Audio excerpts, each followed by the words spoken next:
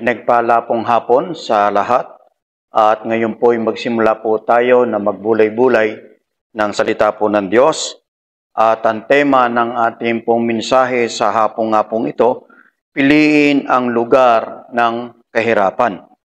Tingnan po ngayon natin ang ating pong teksto sa aklat po ng Genesis chapter 37 verse 11. Inggit na inggit kay Jose ang kaniyang mga kapatid, hindi naman ito lubos na maisip ni Jacob. May mga bagay na dapat po nating lagi nang alalahanin, especially ang mga remnant. Kailangang maintindihan nila na dapat na piliin nila ngayon ay ang lugar ng kahirapan. Parang ang hirap intindihin at parang ang hirap unawain. Subalit tignan po natin ano po ang sinasabi po sa atin ng mensahe sa hapon nga pong ito. Kailangang makita kung anong kahirapan na di naman ganap na kahirapan. Kumbaga, titignan po natin ang kahirapan at tignan natin sa gitna ng kahirapan ano po yung sagot na dapat po nating maintindihan. At ito ang paraan na kung saan ang Diyos ay sumasa atin at nagkakaisa tayo. Tignan natin ang patunay. Number 1, kung kailan ang mundo'y nasa kahirapan. Para kay Jose, nang siya ay ibinenta ng kanyang mga kapatid at naging alipin doon sa Ehipto, ito ay para sa kanya, ito ay naging sagot sa lahat ng kanyang mga kahirapan, sa lahat ng kanyang mga naging problema. At minsan pinili din ng ina na si Jochebed, si Moses, na ipadala niya ito sa palasyo sapagkat alam niya, meron siyang pananampalataya na ito ang sagot sa nadarating na panahon. Pinili rin ni Hannah na ipadala si Samuel doon sa templo sapagkat alam niya na sa magitan ni Samuel mararanasan ng bansang Israel ang sagot. At maging sa panahon ni David, pinili niya na makaharap niya ang kahirapan sa gitna ni Goliath sapagkat alam niya, meron siyang pananampalataya na sa gitna ng hamon, matatanggap niya ang sagot.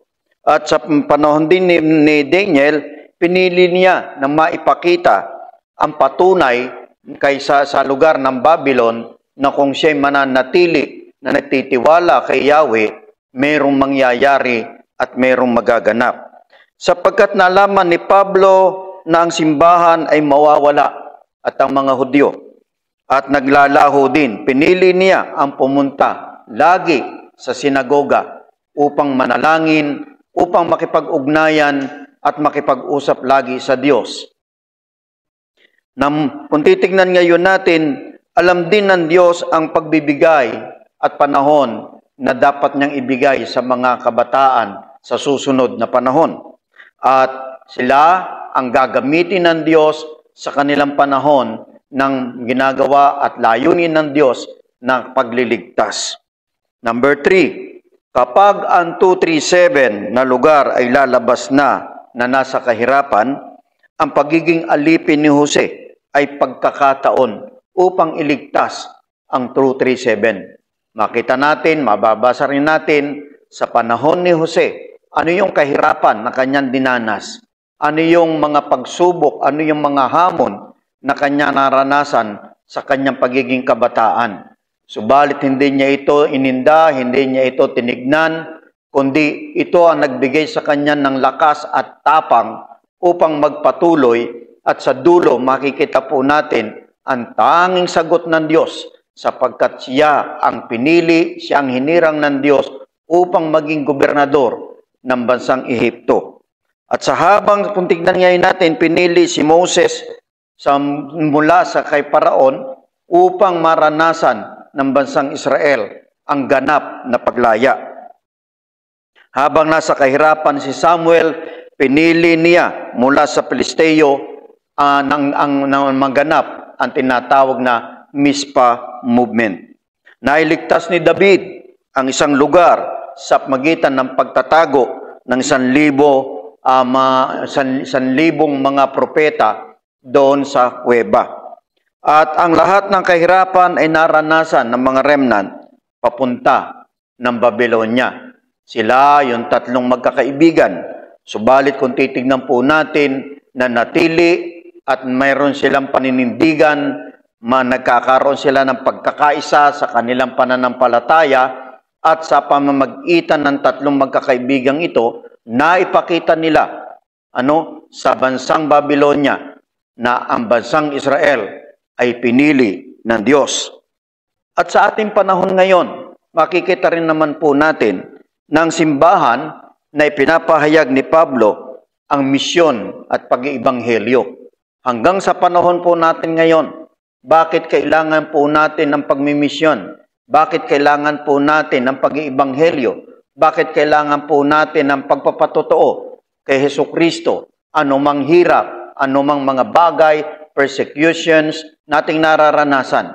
Sapagkat may pananampalataya tayo na sa darating ng panahon, marami ang madadaya, marami ang malilinlang, marami ang hihiwalay sa kanilang pananampalataya. Subalit malinaw ang sinasabi po ng banal na kasulatan, kapag tayo ay nagtiwala at nanatili sa salita ng Diyos, anuman ang mangyari, anuman ang maganap, tayo ay mananatili at tayo ang matitira, tayo ang maliligtas.